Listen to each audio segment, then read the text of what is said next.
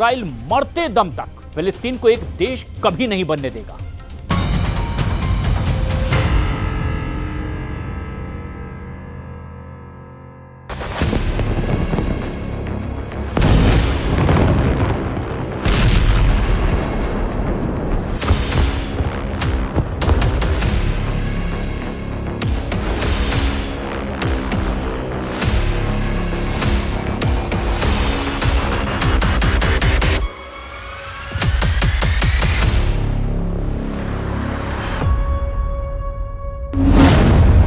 Gaza city में खूनी गदर, 4 देशों को नेतन्याहू की धमकी। 7 अक्टूबर 2023 से अब तक गाजा जंग को 717 दिन से ज्यादा हो चुके हैं। हमास के हमले के बाद से प्रधानमंत्री नेतन्याहू का खूनी बदला इतना घातक और व्यापक होगा, दुनिया में किसी को भी इसकी उम्मीद नहीं थी। गाजा में पिछले 90 दिनों से इजरायली सेना खूंखार हमले कर रही है। गाजा सिटी से लाखों फिलिस्तीनियों को दक्षिण दिशा की तरफ भागने को मजबूर कर दिया गया है। अब तक सरकारी आंकड़ों के मुताबिक 65,000 से ज्यादा फिलिस्तीनी मारे जा चुके हैं। नेतन्याहू हर हाल में फिलिस्तीन का वजूद खत्म कर देना चाहते हैं और गाजा पर अब पूरी तरह से कब्जा चाहते हैं। हम आपको पीएम नेतन्याहू के सख्त तेवर और पश्चिमी और यूरोपीय देशों से इजराइल से सीधे टकराव से जुड़ा वो सच भी दिखाने जा रहे हैं जो गाजा युद्ध को बेहद भयंकर बना चुका है। आपको यकीन नहीं होगा कि फिलिस्तीन को इजराइल के दोस्त माने जाने वाले ब्रिटेन, कनाडा, ऑस्ट्रेलिया और पुर्तगाल ने फिलिस्तीन राष्ट्र यानी देश की मान्यता देकर नेतन्याहू और ट्रंप को पूरी तरह से बौखला दिया है। खबर है कि इसके अलावा 6 और देश हैं जो इजराइल के प्रधानमंत्री नेतन्याहू को ठेंगा दिखाकर फिलिस्तीन को एक देश के रूप में मान्यता देने जा रहे हैं। संयुक्त राष्ट्र महासभा में द्विराज्य समाधान पर विश्व शिखर सम्मेलन में इजराइल को गाजा में नरसंहार और फिलिस्तीन को देश के रूप में मान्यता देकर भयंकर गदर मचने जा रहा है। इधर नेतन्याहू ने धमकी दी है कि वो अमेरिका में मीटिंग के बाद जब इजराइल लौटेंगे तो ब्रिटेन, कनाडा, ऑस्ट्रेलिया, पुर्तगाल को भी तगड़ा जवाब देंगे जिन्होंने फिलिस्तीन को एक देश के रूप में मान्यता दी है।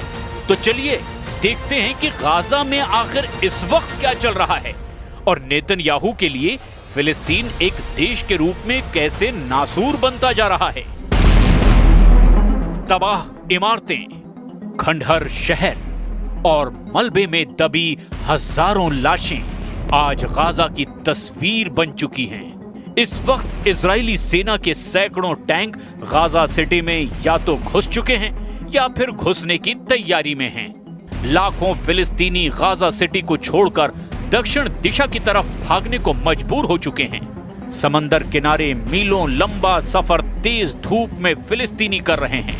उस पर भी इजरायली हवाई हमलों ने गाजा सिटी के चीथड़े उड़ा दिए हैं।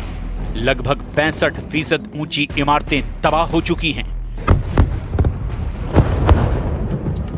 2 साल से युद्ध में जूझ रहा गाजा इजरायली हमलों के चलते खंडहर में तब्दील हो चुका है, साथ ही अकाल से जूझ रहा है।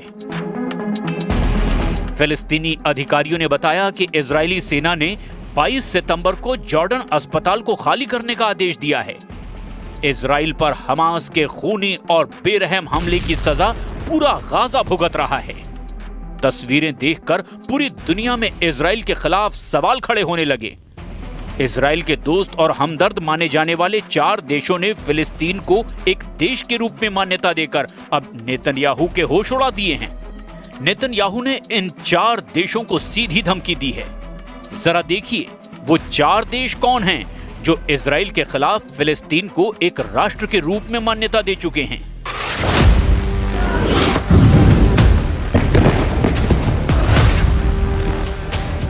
इक्कीस सितंबर 2025 को 4 देशों ने फिलिस्तीन को एक राष्ट्र के रूप में मान्यता दे दी।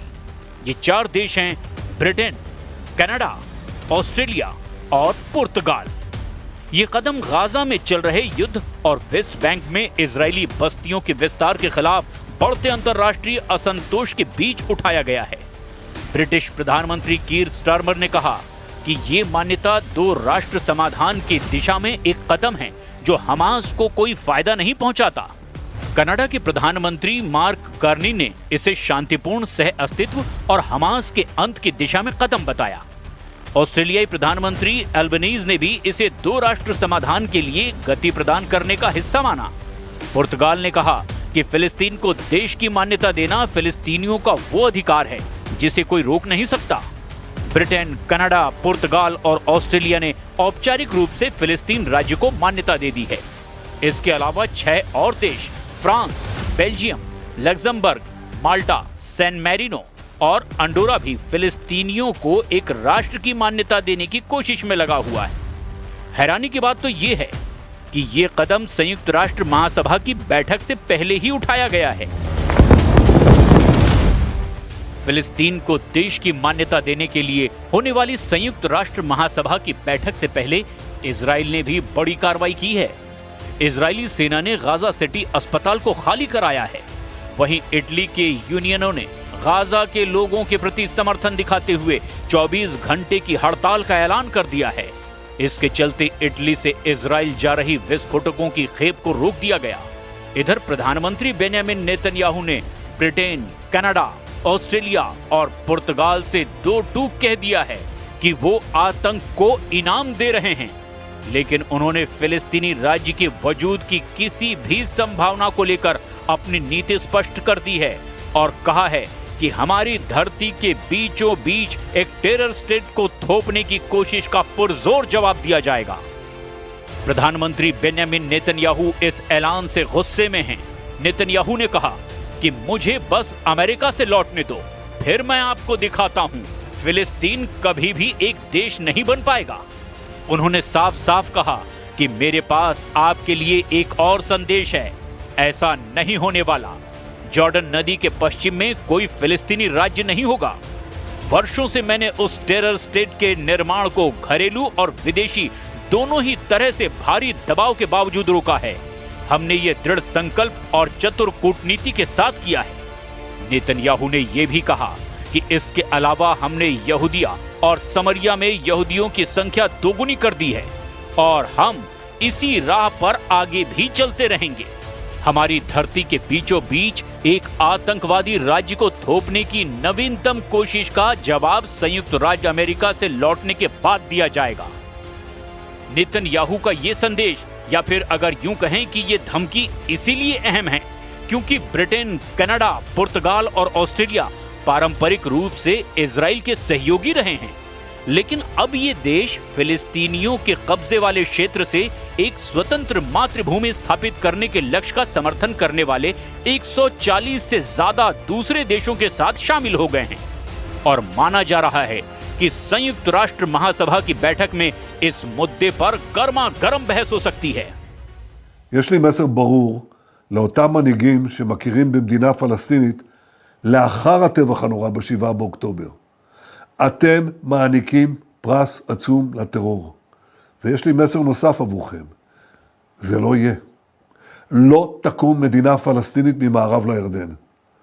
במשך שנים אני מנעתי את הקמתה של מדינת טרור זו מול לחצים אדירים, גם מבית וגם מן החוץ. עשינו זאת בנחישות ועשינו זאת בתבונה מדינית. לא כל שכן. הכפלנו את ההתיישבות היהודית ביהודה ושומרון ונמשיך בדרך זו. המענה לניסיון האחרון לכפות עלינו מדינת טרור בלב ארצנו, המענה הזה יינתן לאחר שובי מארצות הברית. गाजा में इजराइल का अभी ऑपरेशन गिदोन चैरियट्स 2 है जो 16 सितंबर 2025 को शुरू हुआ और उसका मकसद हमास के सैन्य और शासकीय ढांचे को पूरी तरह से नेस्त नाबूद करना है, बंधकों को मुक्त कराना और गाजा के ज्यादातर हिस्सों पर नियंत्रण भी स्थापित करना है। फिलहाल ये अभियान गाजा सिटी पर केंद्रित है, जहां इजरायली सेना ने भारी हवाई हमले और जमीनी कार्रवाइयां शुरू